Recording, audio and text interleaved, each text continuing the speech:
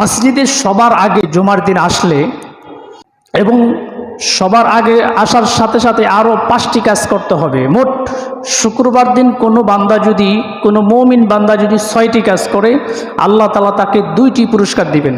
বলুন কয়টি পুরস্কার?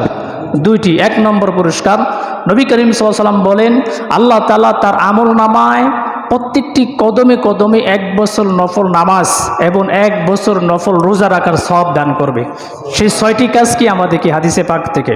সুনানে আবু দাউদ শরীফের 345 নং হাদিসের বর্ণনা এসেছেন, নবীজির একজন বিখ্যাত সাহাবী হযরত আউস বিন আউস সাকফি রাদিয়াল্লাহু তাআলা আনহু বলেন, সামিতু রাসূলুল্লাহ সাল্লাল্লাহু আলাইহি ওয়াসাল্লাম, আমি নবী করিম সাল্লাল্লাহু আলাইহি ওয়াসাল্লাম থেকে শুনেছি। কি শুনেছেন?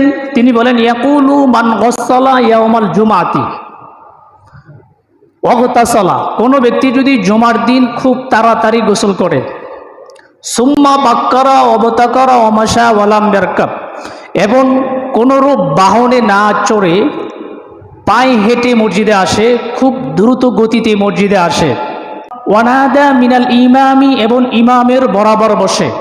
কাজ গেল কয়টি? 4টি। ফাস্তামা, এবং ইমাম যা কিছু বলে তা শ্রবণ করে মনোযোগ সহকারে, অর্থাৎ ইমামের খুতবা শ্রবণ করে। ওয়ালাম ইয়ালগু কানা লাহু বিকুল্লা খুতওয়াতিন, এবং ইমাম যখন খুতবা বলে মুসল্লিরা, মুমিন বান্দারা খুব মনোযোগ সহকারে শ্রবণ করে।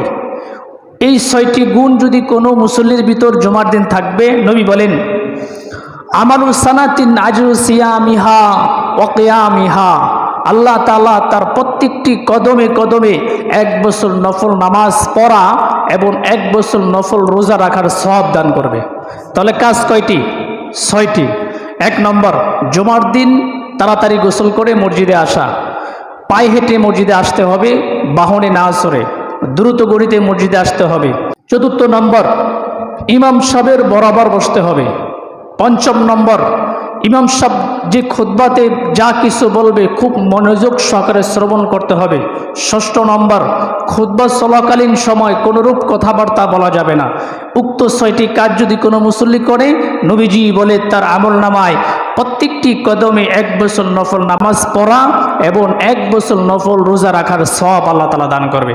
আল্লাহ তাআলা আমাদেরকে এই 6টি আমল করে 2টি পুরস্কার অর্জিত করার তৌফিক দান করুক।